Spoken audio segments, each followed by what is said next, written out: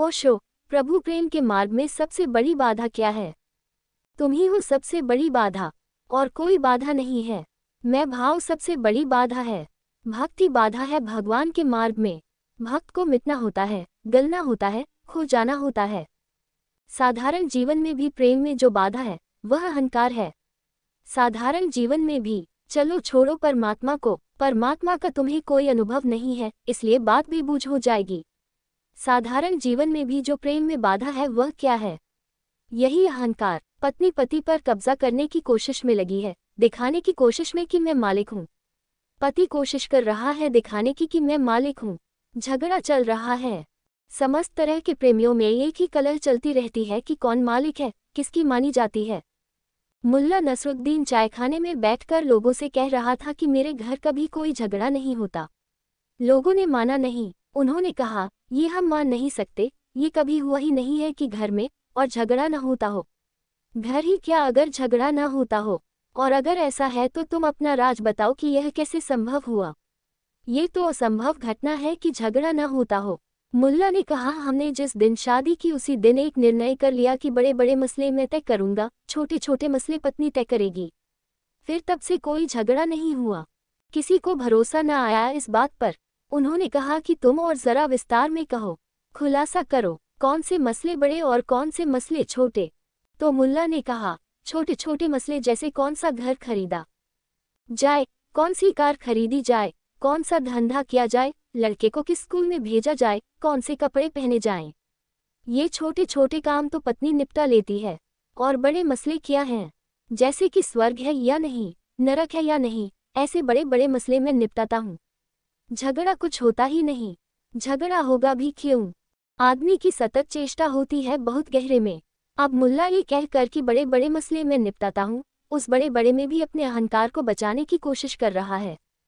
छोटे छोटे पत्नी निपटाती है, और पत्नी ज्यादा पार्थिव होती है।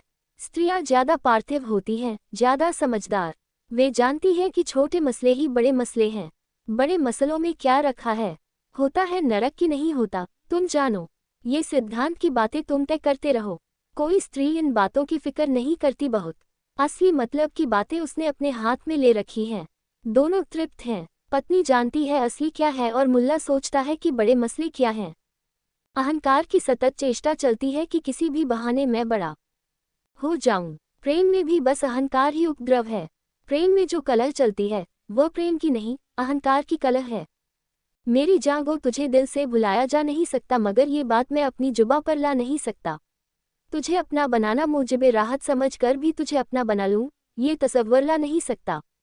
हुआ है बारहा एहसास मुझको इस हकीकत का, तेरे नज़दीक रहकर भी मैं तुझको पा नहीं सकता।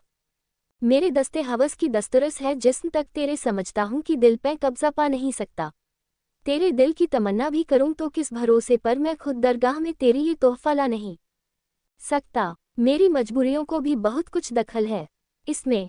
तुझी को मोरदे इल्ज़ाम में ठहरा नहीं सकता। मैं तुझसे बढ़कर अपनी आबरू को प्यार करता। मैं अपनी इज्जतो नामूस को ठुकरा नहीं सकता। तेरे माहौल की पस्ती का ताना दूं तुझे क्योंकर मैं खुद माहौल से अपनी रिहाई पा नहीं सकता। एक ही कठिनाई है, मैं तुझसे बढ़कर अपनी आबरू को प्यार करता हूँ। मैं अपनी इज्जतो नामूस को ठुकरा नहीं सकता। मैं अपने मान सम्मान को ठुकरा नहीं सकता। प्रेमी कह रहा है कि मैं आकर तेरे द्वार में निवेदन भी नहीं कर सकता कि मैं तेरा प्रेमी हूँ। मैं और निवेदन करूँ, मैं अपनी मान मर्यादा छोड़ नहीं सकता। जल लूंगा। जानता हूँ कि तेरा साथ मिल जाए तो सुख होगा, लेकिन मेरा अहंकार मेरे पैरों को रोकता है। मैं निवेदन भी नहीं कर सकता। ये बात मैं अपनी जबान से कह भी नहीं सकता कि तेरे साथ मेरे जीवन में सुख होने वाला है, तेरे कारण सुख होगा, ये भी नहीं कह सकता हूँ। तुमने कभी निवेदन किया है, सच में किसी से कहा है कि तुम्हारे कारण मेरे जीवन में सुख है, सुख हो रहा है? मन रोक लेता है। ये बात कहने की नहीं है। स्त्रियां तो इतने अहंकार से भर गई हैं सदियों में कि स्त्रियां तो कभी प्रेम का निवेदन करती ही नहीं। कोई स्त्री कभी प्रेम का निवेदन नहीं करती। प्रेम भी हो तो प्रतीक्षा करती है कि पुरुष ही निवेदन करे। निवेदन भी प्रेम का करने में इतनी अड़चन है। ये कहने में ही मन को बड़ी चोट लगती है कि मैं किसी से भीख मांगने चला, भिक्षा मांगने चला, मैंने किसी के सामने ये स्वीकार किया कि मेरी खुशी तेरी खुशी पर निर्भर है। वही अड़चन हो जाती है। तो परमात्मा के सामने भी यही बाधा है। वहां तो तुम्हें परिपूर्ण रूप से निवेदन करना पड़ेगा कि मैं बाधा हूं, तू मुझे मिटा, तू मुझे समाप्त कर, तू मुझे साथ दे कि मैं किसी तरह अपने से पार हो जाऊं। तुम पूछ रहे हो, प्रभु प्रेम के मार्ग में सबसे बड़ी बाधा क्या है? मैं तुझसे बढ़कर अपनी आबरू को प्यार करता, मैं अपनी इज्जतो नामूस को ठुकरा नहीं सकता। सुना है न मीरा को, सब लोग लाज खोई, और भी मीराएं हो सकती थी दुनिया में, लेकिन लोग लाज खोने को कोई तैयार नहीं। प्रतिष्ठा गंवाए, इस समाज में तो भक्त की कोई प्रतिष्ठा नहीं हो सकती।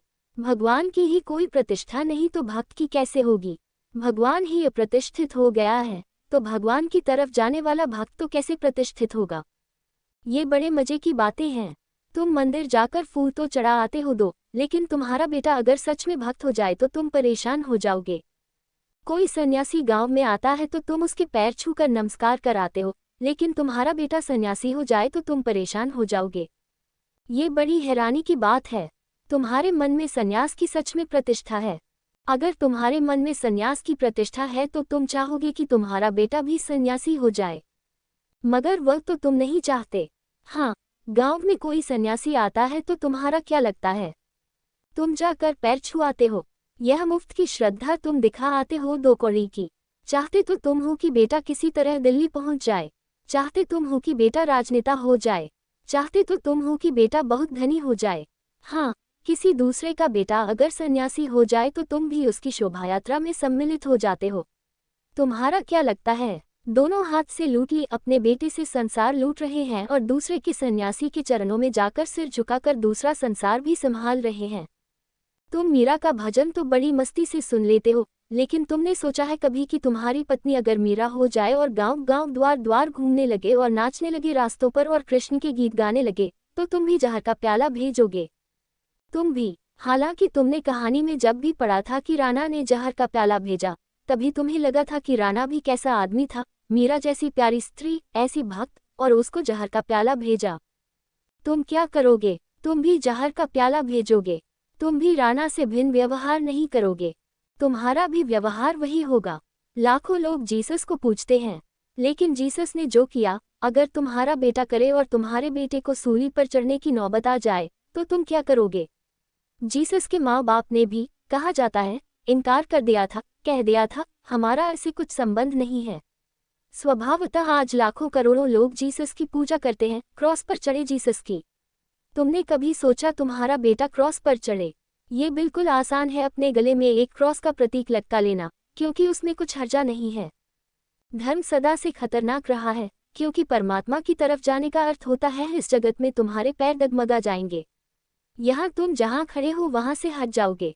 यहाँ जो मूल्यवान है, परमात्मा की तलाश में सब मूल्यहीन हो जाता है। फिर न कोई पति है, न कोई पत्नी है, न कोई बेटा है, न माँ है, फिर न कोई भाई है, न कोई मित्र है, फिर न कोई इस जगत के मूल्य अर्थ रखते हैं। फिर एक नया मूल्य तुम्हारे जीवन में पैदा हुआ। उस नए मूल्य की तरफ जाने के लिए पागल होने की हिम्मत तो चाहिए ही चाहिए ही चाहिए। वही अड़चन आ रही है। तुम पूछते हो, प्रभु प्रेम के मार्ग में सबसे बड़ी बाधा क्या है? तुम अपनी इज्जत आबरू नहीं खो सकते। तुम इज्जत आबरू बचाकर परमात्मा को पाना चाहते हो। तुम बड़े होशियार हो, चालाक हो। जो मीरा नहीं कर सकी वह तुम करना चाहते हो, जो बुद्ध नहीं कर सके वह तुम करना चाहते हो। तुम चाहते हो संसार भी बच जाए और किसी तरह परमात्मा को भी पाले, अपने को भी बचा ले और उसे भी पालें। तुम परमात्मा को ऐसे पाना चाहते हो जैसे तुम धन पाना चाहते हो अपनी मुट्ठी में। तुम अपने को गंवाकर परमात्मा को पाने की तैयारी नहीं रखते, और जो अपने को गंवाने को राजी नहीं उसने कभी पाया नहीं। मिटे बिना कोई चारा ही नहीं है, कोई उपाय नहीं है। तुम ही हो बाधा। लेकिन झूठ चलता है, झूठ धर्म चलता है, सब तरह के झूठ चलते हैं यहाँ। ढोंग चलता है, सस्ता धर्म मंदिर में जाकर पूजा कराए, पत्थर की मूर्ति के सामने सिर झुकाए, कभी घर में सत्यनारायण की कथा करा ली, कभी किसी फकीर के वचन सुनाए। इस कान से सुने उस कान से निकाल दिए, या सुने ही नहीं। अधिकतर लोग तो सोए ही रहते हैं, सुनने का सवाल ही नहीं उठता। एक आदमी अपने घर लौटा, पड़ोस के बच्चे और उसके बच्चे सब मिलकर खेल खेल रहे थे। उसने पूछा, क्या खेल खेल रहे हो? क्योंकि वे बड़ी अजीब सी हालत में थे। सब बिल्कुल चुपचाप बैठे थे।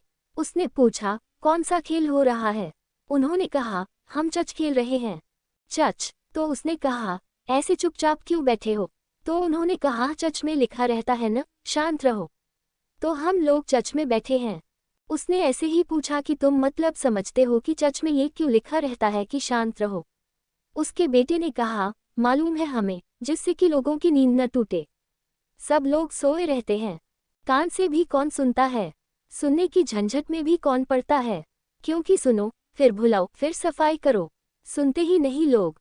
ये सस्ता धर्म है, झूठा धर्म है, और इस झूठे धर्म में बड़ी सुगमता मालूम पड़ती है। इससे प्रतिष्ठा मिलती है, जाति नहीं, तुम धार्मिक समझे जाते हो। लोग कहते हैं, आहा, आदमी हो तो ऐसा रमजान आता है तो देखो किस तरह रोजे रखता है। आदमी हो तो ऐसा पर्युषण आते हैं तो कैसे उपवास करता है। आदमी हो तो ऐसा कि हर अमावस पूर्णिमा उपवास करता है, कि हर साल गंगा स्नान करने जाता है। आदमी हो तो ऐसा सब धाम हो आया है। इससे प्रतिष्ठा बढ़ती है, घटती नहीं। एक सच बोलने वाला आदमी झूठों की भीड़ में सबका दुश्मन हो जाएगा। सब उसे दुश्मन की तरह देखेंगे, क्योंकि हर आदमी को खटकेगा। इसका सच हर आदमी के झूठ को दिखलाता है। ये जो बिजली कौंधती है इसके सच से, इससे हर आदमी के रोग दिखाई पड़ते हैं। इसलिए हमने जीसस को सूली पर लटका दिया, सुकरात को जहर पिला दिया, मंसूर को मार डाला। हम बर्दाश्त नहीं कर सके। हाँ, मर जाए मंसूर, फिर हम पूजा करते हैं। जीसस मर जाएं, फिर हम चर्च बनाते हैं। सुकरात की हम हजारों साल तक याद रखते हैं, पूजा के फूल चढ़ाते हैं। लेकिन जिंदा धार्मिक आदमी से हमें बड़ा कष्ट होता है, क्योंकि जिंदा धार्मिक आदमी खालिस, प्रामाणिक, जैसा है वैसा, और न उसे मान की फिक्र है न उसे मर्यादा की। इस जगत में सारा उपाय, सारी व्यवस्था अहंकार के इर्द गिर्द है। हम छोटे छोटे बच्चों को भी कहते हैं कि देखो, ख्याल रखना, किस कुल के हो, किस घर से आए, किसके बेटे हो। हम छोटे छोटे बच्चों को कहते हैं, स्कूल में प्रथम आना, प्रतिष्ठा रखना। हमारे घर में कभी भी कोई द्वितीय नहीं आया। हम अहंकार सिखाते हैं, पहले दिन से ही अहंकार सिखाते हैं। हम लोगों को कहते हैं, ऐसा व्यवहार करो जिससे इज्जत मिले। हम तो ऐसी बातें लोगों को सिखाते हैं कि विनम्र रहो, निरअहंकारी बनो तो ही प्रतिष्ठा मिलेगी। अब ये भी बड़े मजे की बात है कि जिसको प्रतिष्ठा चाहिए वह निरअहंकारी कैसे बन सकता है, निरअहंकार का धोखा कर सकता है। विनीत बनो ताकि लोग तुम्हें आदर दें। आदर पाने के लिए लोग विनीत बने हुए हैं। विनीत कैसे बनेंगे? विनीत का मतलब होता है जिसे आदर की कोई चाह नहीं, जिसे अनादर से कोई इनकार नहीं, कोई स्तुति करे कि निंदा, सब बराबर है। ऐसी समतुलता का नाम विनीतता है। मगर हम खूब अजीब बातें सिखाते हैं। हम कहते हैं, ईमानदारी कुशल नीति है। नीति, honesty is the best policy. पर ख्याल रखना, जो आदमी इस नीति को मानता है, ईमानदार नहीं हो सकता। ये तो बेईमानी की शुरुआत हो गई। ईमानदारी, नीति, तरकीब, पॉलिसी तो राजनीति हो गई। पॉलिसी आई तो पॉलिटिक्स हो गई। यह आदमी इसीलिए ईमानदार है क्योंकि ईमानदारी में लाभ है। लेकिन अगर कल बेईमानी में लाभ होगा तो यह आदमी ईमानदार रहेगा। लाभ के कारण ईमानदार था, लाभ होता था तो ईमानदार था, लाभ इसका लक्ष्य था। आज बेईमानी में लाभ होता है तो ये बेईमान हो जाएगा। इसने कभी ईमानदारी की थोड़े ही पूजा की थी, लाभ की पूजा की थी। हमारी सारी ईमानदारी, सारे सच, सब तरकीबें हैं, लेकिन सबके पीछे एक ही आकांक्षा है, किसी तरह हमारे अहंकार को प्रतिष्ठा मिले। ये सारा संसार अहंकार की कील पर घूमता है और परमात्मा को पाने में अहंकार बाधा है। परमात्मा को पाने के लिए आदमी को एक ही महत्वपूर्ण काम करना पड़ता है, एक ही महत्वपूर्ण कदम उठाना पड़ता है, वह है आत्मघात। वह अपने अहंकार को बिल्कुल काट देना, वह कह देना कि मैं कुछ भी नहीं हूँ, मैं शून्यवत हूँ। और ऐसा कह ही नहीं देना, ऐसे जीना। कोई गाली दे जाए तो शून्य को क्या अड़चन, और कोई स्तुति कर जाए तो शून्य को क्या प्रशंसा और क्या प्रसन्नता। शून्य तो शून्य ही रहेगा। एक सूने घर में जाकर स्तुति कराओ कि गाली दे आओ, दोनों गूंजेंगी, दोनों विलीन हो जाएंगी। सूना घर सूना रहेगा। ऐसा व्यक्ति ही परमात्मा को पाने में समर्थ हो पाता है। तुम पूछते हो, प्रभु प्रेम के मार्ग में सबसे बड़ी बाधा क्या है? तुम्हारे अतिरिक्त और कुछ भी नहीं। तुम हटो, प्रभु को राह दो।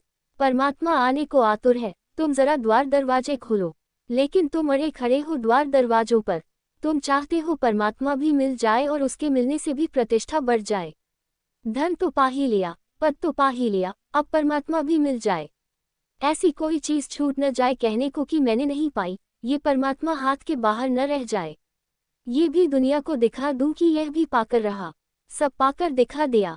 तुम परमात्मा पर भी विजय पाना चाहते हो, परमात्मा के भी विजेता होना चाहते हो, फिर तुम परमात्मा को नहीं अनुभव कर पाओगे, और प्रेम का तो जन्म ही न होगा, प्रेम का झरना ही नहीं फूटेगा। अपने को हारा हुआ जानी, हारे को हरे नाम, अपने को पराजित जानो, हारो और मिट जाओ, सर्वहारा हो जाओ। तुमने अपना करके बहुत देख लिया, कुछ भी नहीं मिला, अब थोड़ी देर को अपने कर्ता को जाने दो।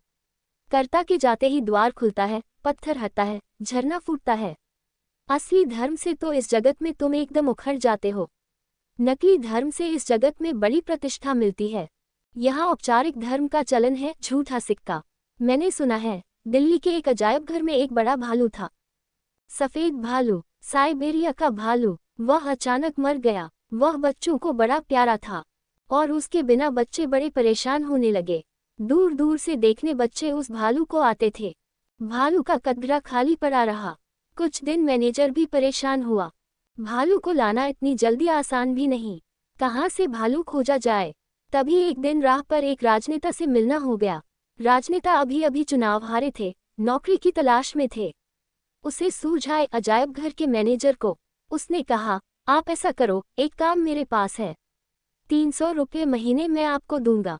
भालू मर गया है, उसकी हमने खाल निकाल ली है, वह उड़कर आप बस बैठ जाओ, बच्चों के लिए काफी है। उछलते कूदते रहे थोड़ा, बच्चे बड़े उदास हैं, उसी भालू के लिए आते थे। अजायब घर की शान चली गई।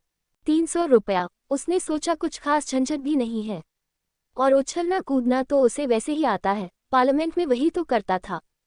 तो उसने कहा, ये जमेगा। वह दूसरे दिन से भालू की खोल ओढ़ ली उसने और उछलता कूदता और बड़ा आनंद आता। बच्चे भी बड़े प्रसन्न हुए। ऐसा 8 दिन तो बड़े मजे से गुजरे। 9वें दिन ऐसा हुआ कि उसने देखा कि द्वार खुला है भर दोपहरी में। रोज रात को उसे छुट्टी हो जाती थी, अपने घर जाकर सोता था, सुबह फिर आकर भोर में भालू का वेश ओढ़ लेता था। भर दोपहर में दरवाजा खुला, दरवाजा ही नहीं खुला, एक सिंह भीतर घुसा। उसके तो छक्के छूट गए। वह तो चिल्लाया, मारे गए, बचाओ। वह तो भूल ही गया कि मैं भालू हूँ और आदमी की भाषा बोलना अभी ठीक नहीं। असलियत, जब मुसीबत आ जाए तो आदमी की असलियत प्रकट होती है। वह चिल्लाया, बचाओ बचाओ, मारे गए। लेकिन तब और एक चमत्कार हुआ। वह सिंह उसके पास आया। उसने कहा, उल्लू के पट्टे, चुप रह। क्या तू सोचता है तू ही अकेला चुनाव हारा है? ऐसे चिल्लाएगा, तेरी भी नौकरी जाएगी, मेरी भी जाएगी। यहाँ ऐसा ही धोखा चल रहा है। यहाँ कोई भालू बना है, कोई सिंह बना है। यहाँ लोग ऐसे बने हैं जैसे नहीं हैं, जो नहीं हैं। धार्मिक आदमी बड़ा खतरा मोल लेता है, क्योंकि इस झूठे समाज में वह सच्चे होने की हिम्मत करता है। इस झूठों की भीड़ में वह अपने नकाब उतार देता है, वह अपने मुखौटे उतार देता है। वह कहता है, जो हूँ मैं, जैसा हूँ, ये हूँ। बुरा तो बुरा, भला तो भला। स्वीकार कर लो तो ठीक, स्वीकार न करो तो ठीक, लेकिन मैं अब कोई मुखौटे नहीं ओढ़ूंगा। धार्मिक आदमी अपने लिए भी खतरा उठाता है और दूसरों के लिए भी नाराजगी का कारण हो जाता है। क्योंकि कोई आदमी जब अपने मुखौटे उतार देता है तो तुम्हें भी अपने मुखौटों की याद आने लगती है। इसलिए हम धार्मिक आदमी को कभी बर्दाश्त नहीं कर सके। झूठों की भीड़ में अगर कोई आदमी सच बोले तो सब झूठे मिलकर उसको मार डालेंगे, क्योंकि यह आदमी एक उपद्रव का कारण हो गया। सब चल रहा था, सब ठीक चल रहा था, इन सज्जन को सच बोलने की झंझट खड़ी कर दी इन्होंने।